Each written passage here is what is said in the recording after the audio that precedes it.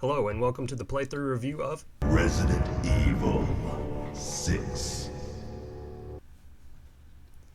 So the playthrough review, of course, is your source for long-form video reviews of games that give you a large representational swath of gameplay footage, as well as objective observations and subjective critiques sprinkled throughout liberally.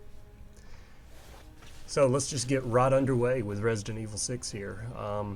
As you can tell, the game starts in a far more cinematic fashion than any previous game. Most of the other games have just thrown you straight into the action and had the little narrative bits sprinkled throughout, but this one goes full on like movie, like the beginning of a movie with the credits and everything, and it seems like they're really going for that big blockbuster sort of feel with this game. In some ways, they've nailed it. In other ways, not so much. So there's a little cocoon with a little bug in it. I kind of kept waiting throughout the entire game for this to be about bugs somehow. And at some points it sort of is, but then at other points, I don't know.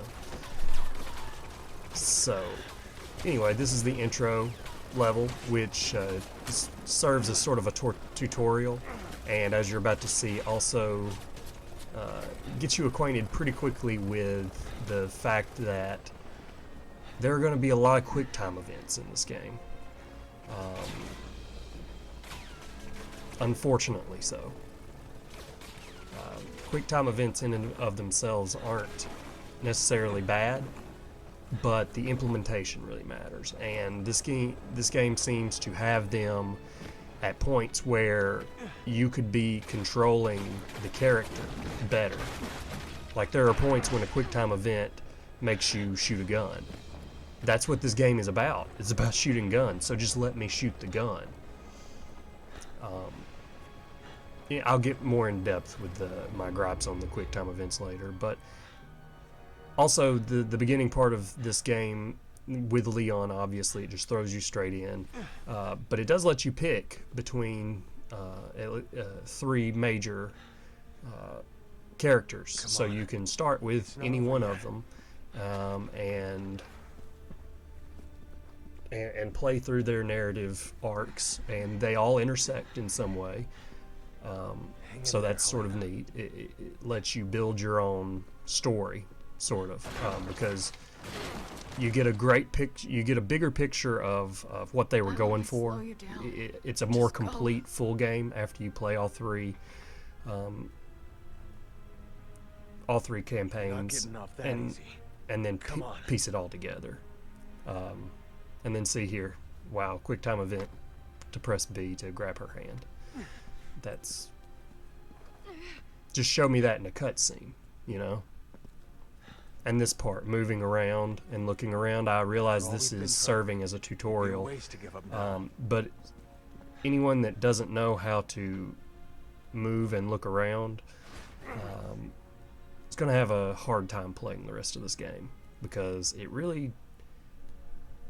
it's not a hard game by any means, but after this tutorial bit, it just takes the gloves off and never tells you again anything.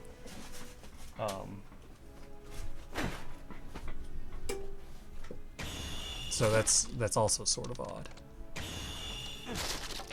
But this intro section is almost entirely devoted to QuickTime events, almost as if it's teaching you there are going to be a lot of these in this game. So we know that some Resident Evil fans might not be so used to that. That they might need to adjust a little bit to the way the modern age of game is going, which is another unfortunate thing. I hate that games are being dumbed down enough that parts that could be controlled skillfully are turned into QuickTime events. But anyway, that's a whole nother story. So after that intro section, you've got the main menu where you can pick between the three campaigns. and then all those options that you just saw for allowing intersection of games, allowing people to come in and hop in as a co-op partner in your game, which is a cool feature. I like that, the drop-in, drop-out method of co-op gaming, and so that's implemented really well. I have to give Capcom props for that. So I'm including this part, just the first cutscene for Chris's campaign, just to give you an idea of what the cutscenes in this game are like. They're all rendered in engine, which was another odd part of that intro part. That's actually a level in Leon's campaign, but you don't play it like that. You play it full controls with some QuickTime events, but the whole thing isn't QuickTime events. So it's sort of odd. I mean, after that, I cut it off, but after that intro section, it teaches you how to use herbs and how to point and shoot your gun and everything. It serves well as a tutorial for uninitiated players, and to just show you how the controls in Resident Evil have changed, with being able to move and shoot at the same time. But it also oddly leaves some stuff out, which I'll get to later. But anyway, this is just a good example of the quality of cutscenes in the game. Motion capture seems really good. If it is motion capture, some of it seems like it might have just been animated by hand. If so, I'm really impressed with the facial animations, and though I think some of those may have been scanned from real actors, which is a good way to add some more realism to games like these. But this is actually a level into Chris's campaign, because a lot of people have already played the first level in the demo, so I just wanted to jump into this to show you how Chris's campaign feels. That's another thing in this game, the 3 campaigns. This game is a full Resident Evil game. It's got all the tropes of a Resident Evil game that you're used to, but it split them up. So whereas you would normally play, 10 to 20 hours in a normal Resident Evil game, somewhere averaging in there, and have lots of puzzle solving, shooting, scare jumps, all the things that make Resident Evil survival horror, which it is getting away from that. It's becoming way more action-oriented, and I don't like that. I really do miss the old feel of Resident Evil, the non-action movie. So for that reason, I'm disappointed. But by the time I was done with this game, it was a happy experience. I had fun playing it. But as you can see here in Chris's campaign, it's very evocative of Call of Duty, with the scripted events of the vehicles moving and certain things happening with your squad mates, along with the old school character spawning that Call of Duty still employs. This game does the same thing. These the new species HQ was warning us about? Bullets don't even phase But you can also see here how the game is now a little bit different. It is still building on what Resident Evil 4 started, with a more action-oriented control scheme, but it is truly moving into the new way that games control. And a lot of people will look back at original Resident Evil games and just say, that was just a bad control scheme to start with. I don't necessarily agree with that. I like the tank controls. I can still go back and play it and not feel as if it's really antiquated. But I can also appreciate what they're doing with this game. It feels very Gears of War. It's definitely moving towards that level of cover-based, though to a lesser degree, really. You don't have to worry about cover so much in this game, but it's there. You can take cover, and you really do have to in some points in Chris's campaign, because his enemies actually have guns now. And I think that was a big difference in the style of play. The tank controls in the old games worked well, because nothing too terribly complicated was going on. Now that these were, it was just a pre-rendered with enemies that didn't really do all that much or move that fast. In the current age of gaming, you almost have to have a control scheme like this, I think. So it's a welcome improvement, but at the same time, they just don't have it. Capcom doesn't quite have the expertise that Western developers have really developed throughout these last few years with their controls in third-person shooter games. So they're playing a little bit of catch-up, but this game is not a terrible example of that. It's not as good as Gears of War, control-wise, doesn't feel as good. Taking cover is sort of shoddy with the way you have to press A to actually take crouch cover. You can take cover on a wall just normally, you just stick to it. But to crouch cover, you have to actually take cover and then press A to even keep cover for a like a knee level or waist level cover option. So things like that make it not ideal, but still it's an improvement for the Resident Evil series, I think. Here's an example of a boss fight in Chris's campaign. I wanted to show this fight because it reminded me of the snake fight in Resident Evil 1, and this game, along with splitting up the campaigns where one of them's more about the action, one of them's more about the puzzle solving, etc., etc. Now here, I'm going to stop mid-thought there because here's one of my big gripes with the game. Most games with those down but not out mechanics, a la also Gears of War, have that mechanic, but if when you were revived, you're invincible, or at least the AI is scripted in such a way that it doesn't touch you during that. Now you can still come back from down but not out, with or injured mode or whatever you want to call it, with very low health, and if you get hit, that's that. This game, though, as you just saw, as you're getting revived, if you take damage, you go down.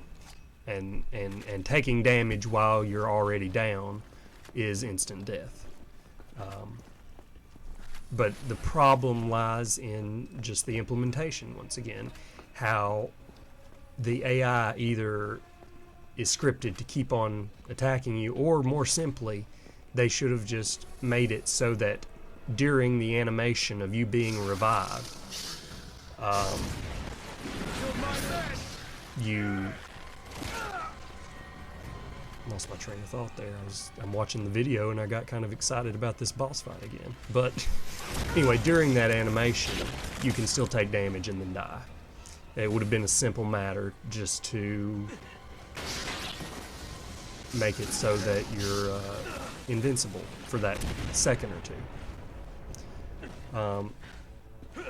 Here's a little bit how this boss fight is different, and I think updated well for the current age of video games.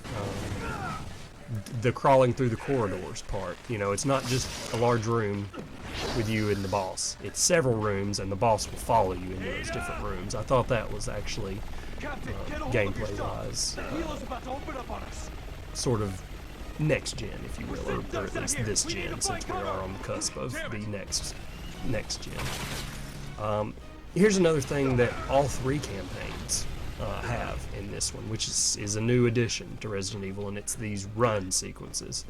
I think maybe they also looked at Western games such as Uncharted by Naughty Dog, and saw all of the nice scripted sort of events where you're still playing, like these run sequences, but cool things are happening around you, and if you slow down, you're going to die. And that's where they kind of lost it. Uncharted was good because it had those sections that forced you through a certain part of the game with very cinematic things happening that made it a really immersive experience. But there was almost no challenge in it. If we can just get to that building. But it was impressive. So, in some ways, I fault Resident Evil because during these sections you can easily die. But then in other ways, Ada Wong is moving south towards the military port.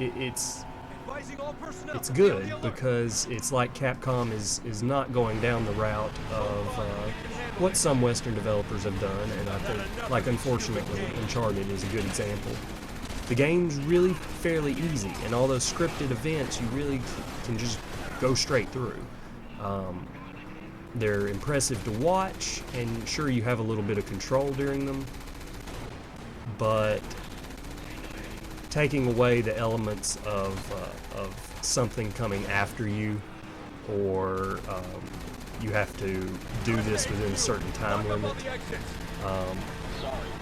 or with a certain amount of skill, the game won't just wait on you to do the next thing before the rest of the scripted part comes out. If you stop doing what you're supposed to do for that segment of game, you're dead, and you gotta keep going.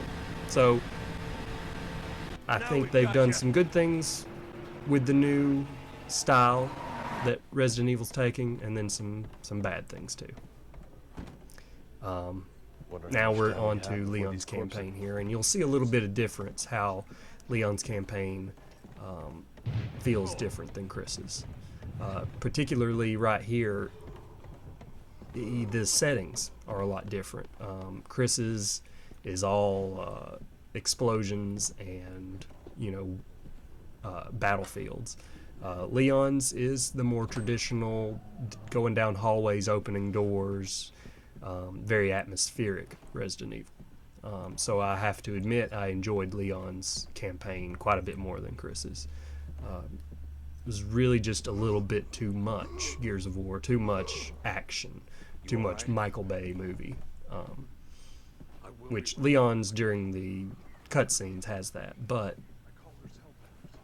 it's toned down quite a bit. This part particularly, I feel, it's really evocative of the early footage that they showed of Resident Evil 4 before it took on the Eastern European setting. There were the videos or screenshots, at least. I'm not even sure if I've seen any videos, if I'm remembering that correctly. But I do remember seeing screenshots of him being in what looked like kind of like a haunted mansion or something. It looked a lot different than normal Resident Evil. But it was still hearkening back to that original in a mansion feeling that Resident Evil had. So the first part of Leon's campaign here really harkens back to that. Just like in Chris's campaign, the snake fight was a very nostalgic moment. Unfortunately,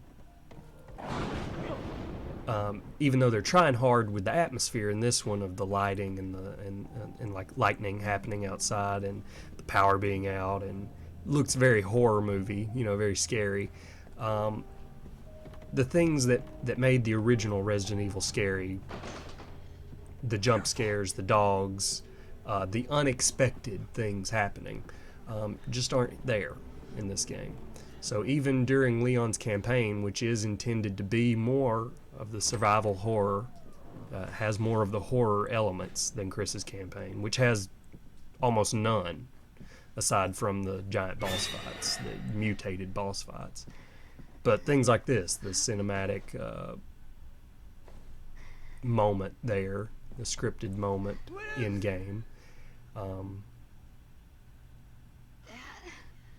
is trying to be more Resident Evil-ish, but unfortunately they just never really get back to the zombie head turn moment, although that is coming up. But none of it ever quite feels like the first time you played Resident Evil. They've really forgotten what it's like to create scary moments within the game. Now, as you also saw, I'll come back to it later because there's going to be more of it, but there was a driving sequence in Chris's campaign. There's a lot of driving sequences in this game. Almost, I think Chris's and Jake's campaign have several of them. I can't remember. I don't believe there are any in Leon's because his is more of the straightforward, old school Resident Evil experience, or at least it's trying to be. So I don't think there's a driving sequence in it, but those driving sequences are a little bit different. You know, RE4 had the jet ski and all that, but this one really seems to be going for that Call of Duty, you know, those moments, those big gaming moments, but a lot of it just really honestly falls flat. Now here's where I got really pretty hyped for the game, because I'm a bit of a zombie geek. I know a lot of people are over zombies and hate how inundated the movies and games and books and just media in general is with zombies. But I really believe they're the monster of this era. You know, they'll look back and say this was the age of zombies, and I think that's a really cool thing. And that's really why I enjoy practically anything with zombies in it. That's just a side tangent. That's my case for zombies. But in any case, here's where I started getting pretty excited about Resident Evil 6. Chris's campaign disappointed me quite a bit, but just the fact that zombies are back, just the fact that this campaign, Leon's, is going for that old school scare, regardless of how well it does. Even though this part is creepy, I just really, this is where this game started turning back for me. And man, the zombies look great in this game too.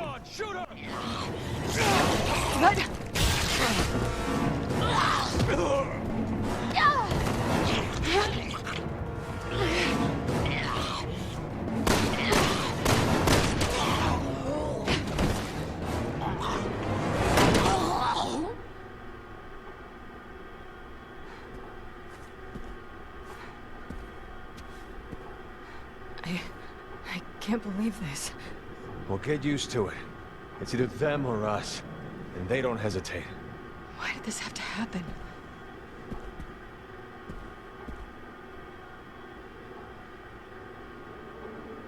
I don't think we're alone in here. Elena, grab your gun. And there they are. There are also several moments in this game, unfortunately, even though I liked that moment. I liked the elevator door opening, and that's very Dawn of the Dead. But it seems as if they're not really trying to be evocative of Dawn of the Dead. They're trying to copy some of the elements of the Resident Evil movie franchise, which is horrible. Blows. It's so bad. The first one was decent, but after that, holy shit, I hate those movies. Being a big Resident Evil fan, I hate those movies. Oh, here's just a funny little part of Leon's campaign. I thought that the moving mouth on the static image of this dude on TV was pretty good. Instead of actually putting a rendered CG person on that TV, they just took a picture of some guy. I wonder if that's one of the developers or something. Or just a stock image, who knows. Here's another callback to Resident Evil 2 this time. In the very beginning of the game. You know, coming back with Leon. It's Raccoon City all over again, which I think he says several times. You're in a gun shop, and having to, fight off the zombies in the streets with all the burning vehicles and everything. It's very beginning of Resident Evil 2. It is great. Now here's another example of how stupid this game is sometimes. See, that zombie attacked me at the very beginning of that cutscene and had me killed. During the cutscene, I couldn't do anything about it. So that's frustrating. And there's a good moment of evocative of Resident Evil 1. I'm saying the word evocative a lot in this review. So you're just gonna have to deal with it. I hope you like the word evocative. But I really love that moment of the first time you see a zombie in Resident Evil 1 when it turns its head and it's eating that guy. It's neat that they've added things like that into the kill screen. Now here's an example of in Leon's campaign. It does, although Ada's campaign is really more about the puzzle solving, there is a little bit of puzzle solving in Leon's campaign, like the traditional Resident Evil. Here, for instance, you have to ring all the church bells, and they're in certain, you can only see certain bells from certain areas, so you have to go and shoot them, and it's a neat little puzzle. Some of the puzzles in this game are pretty decent. Some of them, like having to find 3 key cards, which you have to do several times, seems like fluff. You know, find this many of that is really sort of boring. I do like moments like this though, where, you know, if you weren't thinking about looking for that bell up there on the wind meter thing, you know, that's a good little bit of the puzzle. Reminds me of the older Resident Evil games. And here's one where, you know, the numbers are scraped off of these doors, and you have to press the numbers on that, on the kind of old-timey underground sewer computer to open the doors. And so that's the thing. It is like the old Resident Evils, but the old Resident Evils were also pretty stupid, because why does this exist? Why is there this underground lab with an old, like, 1960s, 70s computer in the sewers? And why do you still have to press the buttons to open the doors? Why is all this still powered up? Like, some of this stuff is just pretty ridiculous. You just have to punch in the numbers on the doors. So I guess this isn't necessarily supposed to be like all 1960s. I guess if it were, then it would be the numbers on there would be the little flaps of the little plastics, like the old-timey alarm clock. Not old-timey, obviously, but the alarm clocks with the numbers that would click upwards, that were an actual mechanical part rather than a digital screen. But there are parts where the stuff just feels really old, and you have to suspend your disbelief. And you have to do that with any medium, but that's sort of the thing with Resident Evil 6, unfortunately, story-wise at least, but it's also not that different from any other Resident Evil game, so you know what to expect if you're coming into this. But you don't just have to suspend your disbelief, you have to send it to space, basically. Nothing in this game makes sense. But again, if you like Resident Evil, you know you're in for that. If this is your first Resident Evil experience, and you're not one to enjoy sort of B-movie type things and ridiculous moments, then you're probably not going to be all that happy with this game.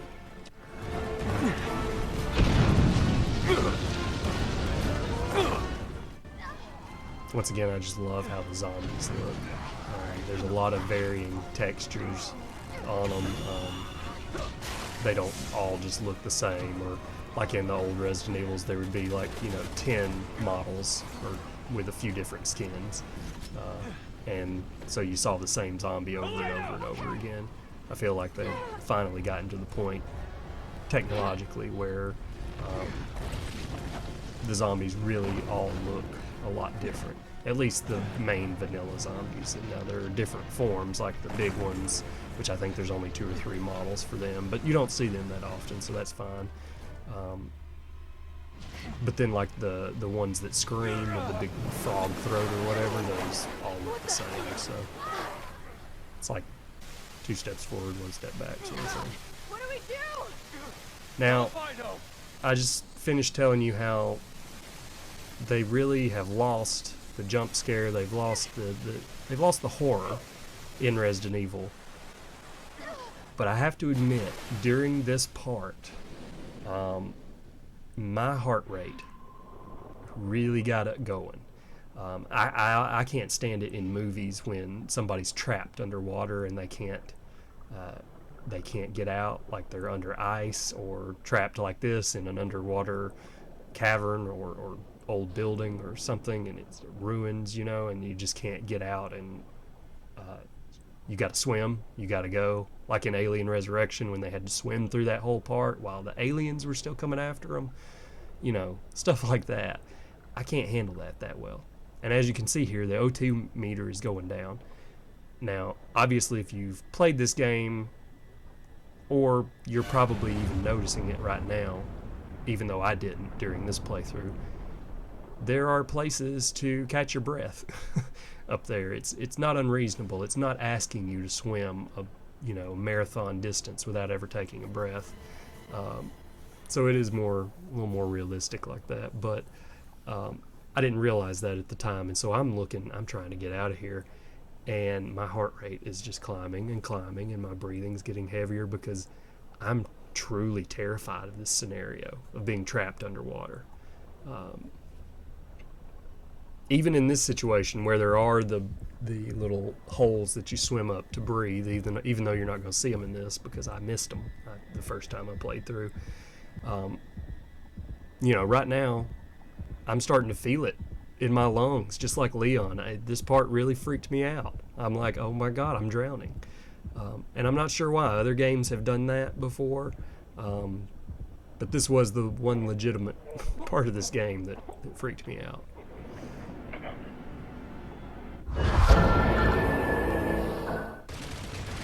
Also, by the way, you fight a zombie T-Rex.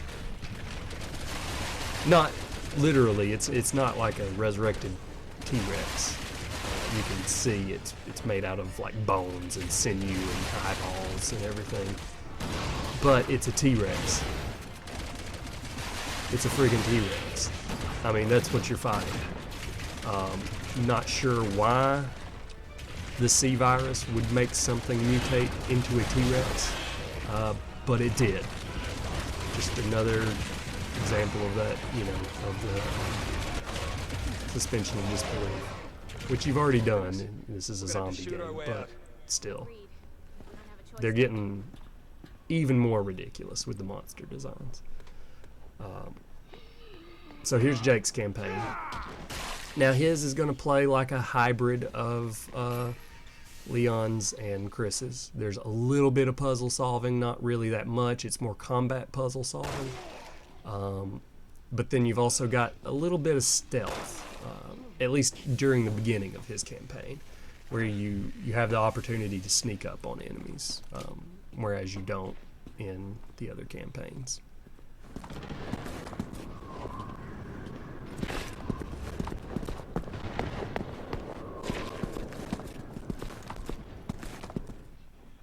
And you can see here I wasn't sure if the game was meaning for me to play this stealthily. I kept having to walk towards them with the gun because any normal person would see you from that distance. So you can't tell what the game's really expecting of you. Like that guy would have noticed me jumping through there. So it's hard to tell that at this point the game's saying, hey, be a little bit stealthy. Because you think, wow, these guys can see me. But anyway, that's what it's trying to do. And it's not even so much the stealth, it focuses more on hand-to-hand. For instance, Jake doesn't have a knife. Both Leon and Chris have a knife, but Jake's melee attack is hand-to-hand. But it damages just as much as a knife. So here's a little bit later into this first part of Jake's campaign, and now we get the next piece of what makes Resident Evil Resident Evil. We've got the unkillable monster that chases you all the way through the game. Literally, in this case, we've got this chase scene where you're running toward the screen. A little bit of Crash Bandicoot, I guess there are some parts of Uncharted that do something similar too. The only problem is when you're running towards the screen, the camera doesn't cooperate that well with you, and it's really difficult sometimes to tell whether you're supposed to jump over something, or press a quick time button like there, or slide under something, etc., etc. So some of the run sequences are decent like that one because there weren't too many points where you couldn't tell what you were supposed to do. I don't think he's too cute. But also We'll just have it to was get short. over it then, huh? Now some of them are absurdly long, and they're not checkpointed all that well. So if you die during part of it, halfway through, you got to start back over, or 3/4 of the way through. You got to run that whole thing over again, and it's just not that fun sometimes when you keep getting hit by the same thing or getting knocked over. Now, here's the thing about fighting this guy that chases you. I think he's called the Ustanak. The nemesis or tyrant type character. Every time you fight him, you blow stuff up around him. That's what you do. So when you see the Ustanak and you're gonna fight him instead of just running from him, it's like, okay, so I'm gonna blow stuff up. Now there are parts where you actually actively hide from him, which I'm not sure why. I'm not sure why there are parts where you have to hide from him, and there are parts where you can fight him. It sort of implies that he's more dangerous during those parts that you have to hide, but other times you can fight him, so it seems a little out of place. But they did try to vary it up a little bit instead of just being these parts where you blow up gas canisters as he walks past them. But you do that several times. Now here, I just obviously got killed before Sherry could get to me. And that's fine. That's a good implementation of the down but not out Gears of War type thing that a lot of games are doing now. But it's the times when it triggers during a cutscene. That's just beyond irritating. Now I'm running this part in it's like 2,000% speed because it was like a 20-minute segment. And it was really not fun. Really one of the worst parts of this game. It gives you the mini-map, which this is the only section in the game where it does that. And I think it's because they must have play tested it and realized, holy shit, nobody knows where to go during this. So we need to give them a little mini-map. But it was really just poorly designed. And then the visibility, I think the snow, it's supposed to make it more, I guess they're going for scary or anxiety-ridden, more apprehensive, but it really just makes that part unbearably bad.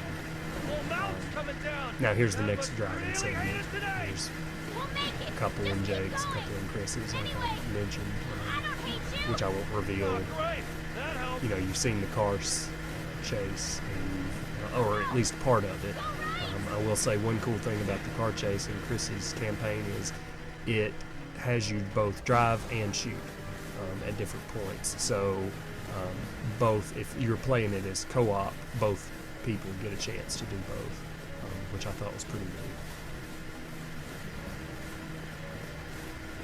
Now during Jake's campaign, if you're playing as Sherry or playing as Jake, obviously you're both doing pretty much the same thing. And this first part of the snowmobile sequence is fine. You just have to avoid the trees and the avalanche parts. That's fine. So when you get to the ice here, that it gets pretty frustrating. Now, I think here I just ran into the snow, and that kills me. That's another thing. You don't really know that snow is deadly, but yeah, the snow's deadly. But you go a little bit further and you get onto this little ice shelf or glacier or something like that where it's actively moving, see, like this. And the path that you can drive down physically is actually very narrow, but the game doesn't really show you that. Like, I think it's coming up here. Actually, no, I skipped it because I actually edited it out of it. But I died a ton during that sequence because the path you go down is really pretty narrow, but you can't see it. You have to sort of feel your way through it, and it's just pretty ridiculous. So you will die a lot during that unless you just go down exactly the right path. There's a lot of the landscape that you just can't drive on. It's instant death. Now, this is later on in Jake's campaign, and you've already played this part if you played through Leon's campaigns. So, as you can see here, it's intersecting with his game. But I also included this because an actual person intersected with my game, so I guess they were playing Leon's part exactly at the same moment I was playing Jake's part, and so it put us together. And you can change that in the settings if you want that to happen or not. But I really thought that it was a cool implementation of co-op multiplayer, drop-in, drop-out multiplayer, to have people that aren't on your friends list be able to just kind of drop in, and not be able to, but that it just happens.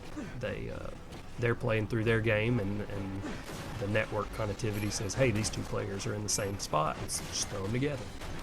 I think that's a really neat implementation of multiplayer. Now, as you can tell, once again, though, this Ustanak fight is just like the one before it. You're blowing up barrels as he runs past them. So, unimaginative, but, standard, I guess.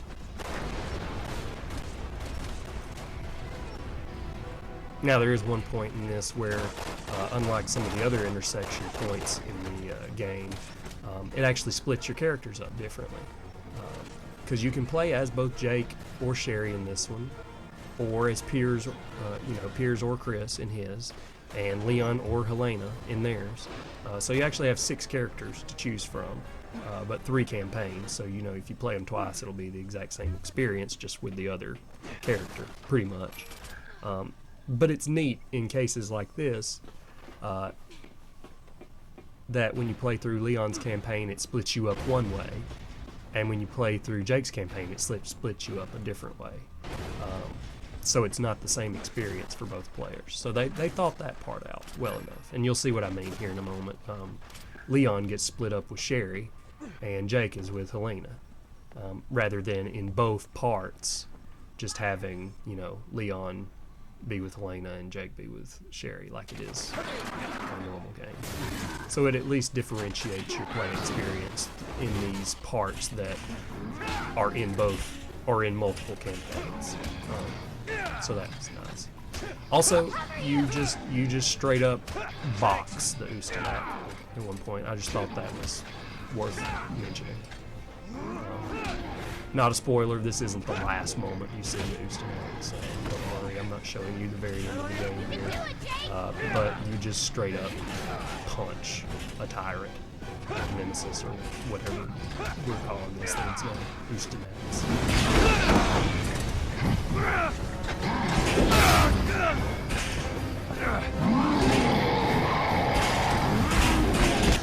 No! Alright, that might have hurt a little.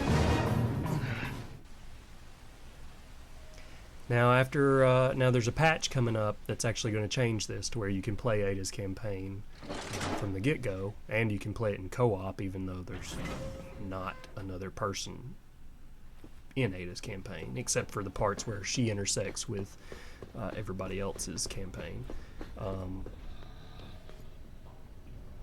I suppose. But you have at this point, at least at the point of this recording, you have to beat Chris, Jake's, and Leon's campaigns to unlock Ada's. Now hers is, at least during the beginning, very ammo limited, harkening back to the first 3 Resident Evils, although they got less and less so as that series went on. But it's actively encouraging you throughout this part to play stealthily and to run up and do these melee attacks instead of going through shooting, because If you shoot that guy right there, the alarm goes off and you're going to have a hard time. Later on, you've got enough ammo that you can really deal with whatever threats come about. But at least at this point, you got to play a good portion of it stealthily, which I liked. I liked that it forced you down that path, just for differentiation purpose. Now, I would like it better if you could play any of the campaigns any way you wanted. I think that would have been better, and have the stories really be more interesting and more fleshed out. But they really did focus on change and making the gameplay different in each one, so that all 4 of these campaigns combined together give you everything that a previous Resident Evil game would have given you. I think I've made that point several times, but I just really want to hammer that home for some reason.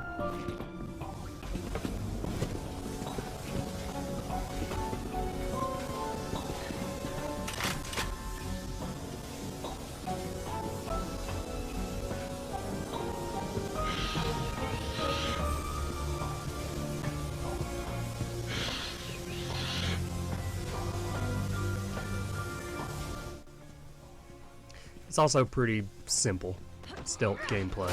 You know, the guys, there are 2 modes that the enemies are on in this game. It's either straight up, I know where you are and I'm coming after you, or I'm on a patrol path and I'm gonna walk this same little path until I notice that you're there, and then everybody's coming after you. So it's really kind of binary in that sense. And then, you know, right after that stealth part, here's a pretty neat puzzle section. I thought it was really reminded me of some of the original Resident Evil puzzles with the, you know, which was a little bit more believable, that there was some crazy person in a mansion that would set up all these weird traps and back doors and different, you know, and puzzles that you had to solve to, like, get a diary or get a book or like, or open a thing to get a shot, you know, open the mantle place to get a shotgun out of, or, you know, there's neat things like that, like that a crazy person might do. So while the story justification for those old style puzzles was admittedly thin, it's still exciting to have those kind of puzzles in this game. Just the silly, crazy person puzzles.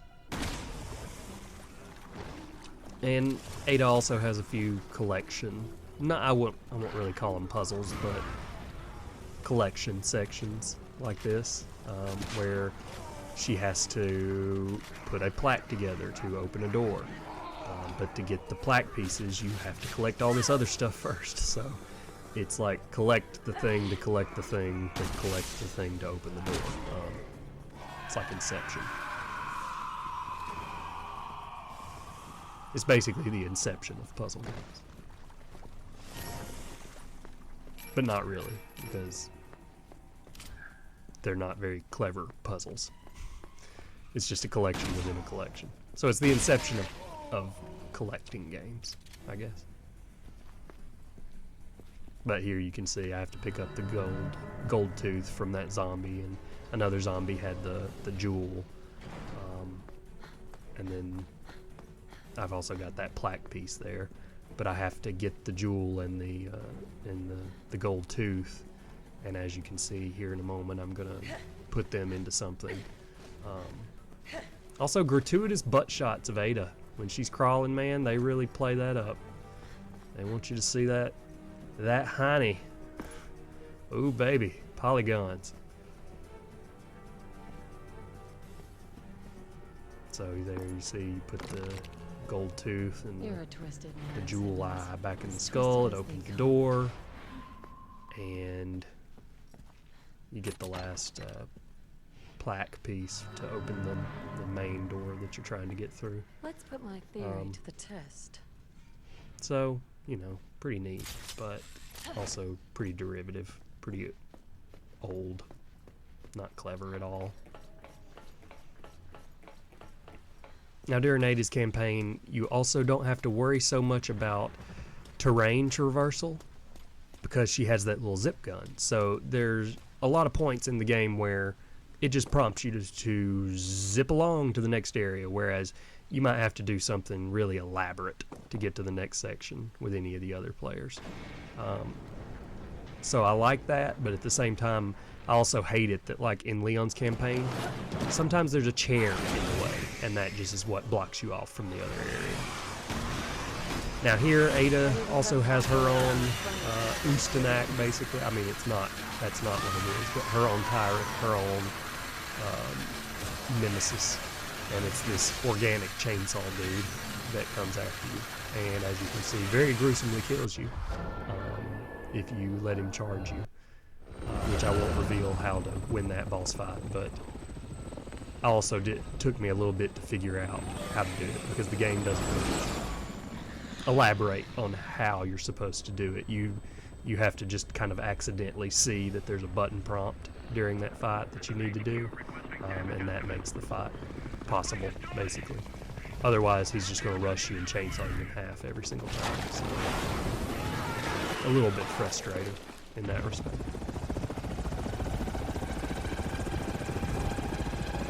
Now this part is Ada's driving segment. She also has one other one, but she gets to fly a helicopter, and she intersects with Leon's game. If I'm not mistaken, Chris's game a couple of times.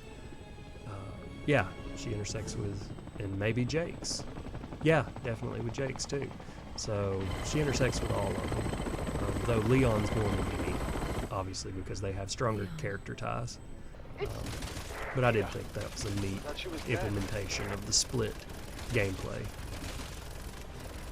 Let's move while we can. Although there is nothing that, like, it would have been neat to play them in a way whereas you could open a door for one of the other characters to later on go through, but if you didn't open it, it would be closed during their campaign or something like that.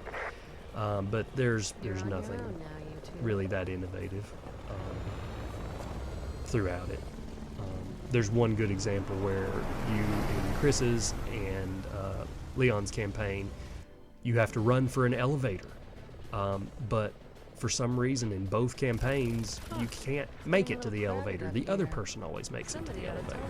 So it would have been better if in one campaign you made it to the elevator and then that forced you in the other campaign to take the stairs. But for some reason both characters have to take the stairs. So it's the campaigns are connected, but they're not connected that well. So that's the end of the single player campaign. Here's just a little taste of the collectibles. Throughout the game, kind of like it started in Resident Evil 4, there are these little symbols, little emblems that you can shoot. And that unlocks these files, which if you read them are pretty in-depth. They're really pretty cool. They tell you a whole lot more about the story. It's just unfortunate that this stuff couldn't be in the actual story. It has to be unlockable text. Which I get it, they're trying to kind of harken back to the you read the diary pages thing, but it needs to be part of the campaign. It needs to introduce you to what's going on in the story, with the cutscenes, instead of being so oblique and weird with the story and then giving you all the real fine details in those text files. I'm glad it's there, but not the greatest implementation. Now here you can see, since there are the multiplayer segments of this game, you want something that sets you apart from everybody else. You can pick these different dog tag templates and put a different emblem on there and a different title that you unlock throughout the game, as you can see here, by doing different things, like shooting certain kinds of enemies or dying in a certain way or using certain weapons, things like that. So that's pretty neat. It's a thing to keep you coming back. So there is a little bit of replayability, at least, with that. Now here's a new mode that is really pretty exciting, and I hope Resident Evil games continue to keep doing this. But the agent hunt mode allows you to intersect with another player's game. As you can see here, I'm intersecting with Dead Massacre, or D3 Add Massacre 3. But he's playing this section of Leon's campaign, and I jumped in as a zombie. Now it's neat, it's fun. You die very quickly, as you can see, because you're very weak compared to them, which as it should be, because it would be really frustrating if you're playing a single player campaign and these people could come in with better, with their skill and kill you. Although it is, there is skill to it. You could really get in here and grief some people if you get good at it. But they really do, nerf your health. You're not nearly as strong as the main characters, and they have all the options to regain health, whereas you don't. And then you only have the certain amount of time to take them down, because if they get to the next checkpoint, that's kind of the end of the match. But it's neat that there are these multiplayer matches, ostensibly, within the single player. And then there was a funny little part that zombie's attack is to jump at the character, and I threw myself off a ledge. Now here you can see I'm a different kind of zombie that could throw something, or started with something to throw. I threw it down there. I don't think I hit the player with it, but they definitely hit me with something. So I'm dead once again. So that's the other thing. Agent Hunt is neat, but it's suitably nerfed so you don't frustrate other players, but it's also not terribly fun, because you die so easily, and it's frustrating. And then the zombies move so slowly, so they're hampered in that respect as well. So every time you spawn, you have to run over, or slowly walk in this case, over to the players to attack them, and then they're pretty much going to shoot you from a distance anyway, and then you just have to spawn again. So I hope they bring this back in the next game, but I hope there are some tweaks to it. Now they did it right, where you can in the options choose whether or not to allow characters to come into your game. But I think since you can make that option, it should be more of a level playing field where you really do have a great chance of killing the characters. And they're just implicitly saying, yes, I agree that there will be way harder characters if I flip this option on. Kind of like choosing a hard mode over a regular mode, pretty much. Now here, Mercenaries makes a return, and just like the single-player game, whereas the single-player game allows you to pick 3 skills, which you can buy with currency that you find in the game, which are chess pieces for some reason. Don't ask me why. I guess they had to pick something, but it's like elaborate chess pieces are the currency in this game. I would have honestly preferred if the "what are you buying" guy was back, but I guess maybe they thought that was a little too cheesy for this new action movie sort of thing that they're going for. But here you can see throughout the Mercenaries mode, you can also pick different skills to improve your character, just like in the single player, but you can only equip one at a time, because this mode does have a little bit more skill to it. There's a definite pattern. You can basically figure out a way to play these perfectly. And then there are some of these skills that are going to make it easier for you to get the higher scores. And I know there's people that are just going to do that, but it's fun enough just to get in there and dick around, and just shoot as many zombies as you can, try to keep your combo up. But I have no illusions that I would ever break into a high score territory with this, because I know there will be people that obsess over, taking it down to the last millisecond and making that critical path between these time upgrade things here, so that they get the most points they can, the most time they can, and best combo and all that. But I'll still enjoy it for what it is. You know, a timed horde mode, basically.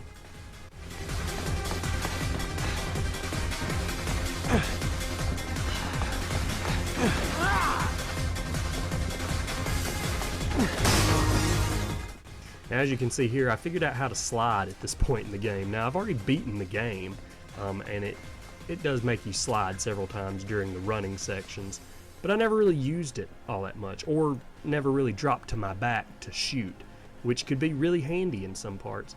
The game just doesn't explain it to you. There are parts where it teaches you the very basics, but then there are controls that button combinations that do things that you just wouldn't know otherwise. Like, I do it several times in this. If you just hit both trigger buttons simultaneously, you'll do a quick shot, which it tells you that in the little tooltip sort of things, the little hints in between checkpoints. But it's just sort of ridiculous if the game's tutorial holds your hand so delicately, but then doesn't teach you every mechanic that exists in the game. Because I played through the entire game and never did the quick shot until I played Mercenaries. So that's another part where this game kind of falls flat. You know, the mechanics are there and they're good, but the game doesn't even try to explain it to you. It's just really sort of odd. So I skipped through all that pretty quickly just because it was just me shooting a lot of zombies for 6 minutes solid or whatever. But as you can see, I've gotten my score up and my combo up quite a bit. And man, when these firefighter zombies come at you during this part, you can really get your score up, because if you can get them all here attacking you together, and all the other characters, or the other zombies coming after you, and then shoot those tanks, like you can see that other zombie just jump down, and then you shoot their oxygen tanks and just blow the hell out of everything. So you can see, like, I went from 17 to a 28 in the combo there. So there are things like that that are just really satisfying. Sort of scratches the Dynasty Warrior itch of just plowing through a ton of enemies. But then not every mode of Mercenaries is like that. Some of them I don't think you get the firefighter zombies coming after you. So it's not great across the board, but I did particularly like it this match. And then, as you can see, I died, or I went down right here at the end, and they kneeled down to start killing me. But it happened right at the last second, so I really thought, and that's another frustrating part, if you die during Mercenaries, it's over. Like, you have to start all over. So if I'd gotten killed just then, I would have had to start the entire thing over. So you can't die. But at the same time, that was really like a fist shooting up into the air moment. So that's Resident Evil 6. For better or for worse, it's Resident Evil, but it's also not Resident Evil. It's going for something else. Some things it succeeds on moderately well, and some things it fails miserably. But I'll just say it right here, I've always really liked the Resident Evil series. So I can unequivocally say, if you're a Resident Evil fan, you'll enjoy this. It's a good game. You'll like it. If you just like to critique games, you're going to find a lot wrong with it. But at the same time, I think it's enjoyable enough if you just take it at face value and you're willing to suspend your disbelief on the story parts, stratospherically, then you'll have a good time with it. So, having said all that, I think Resident Evil 6 is a buy. There are problems with it. The camera's a little wonky at times. The fact that you can die during cutscenes, all those little things that are frustrating, bring it down. but not so much that you should miss it. So I am going to give Resident Evil 6 a conditional buy. If you like Resident Evil games, if you like, heck, generic third-person shooter action games, you'll enjoy Resident Evil 6. So I'm going to give it a buy. So thanks for watching the playthrough review of Resident Evil 6, and tune back in a couple of weeks. I'll be doing a playthrough review of Halo 4. And if you like what I'm doing here with these long-form reviews, you know, giving you a good amount of gameplay footage, of commentary, of objective sort of critiques and subjective opinions, then please consider subscribing to this channel, sharing it on your Facebook or your Twitter, or leave a comment below. And thanks again for watching. I'll see you on the next playthrough review.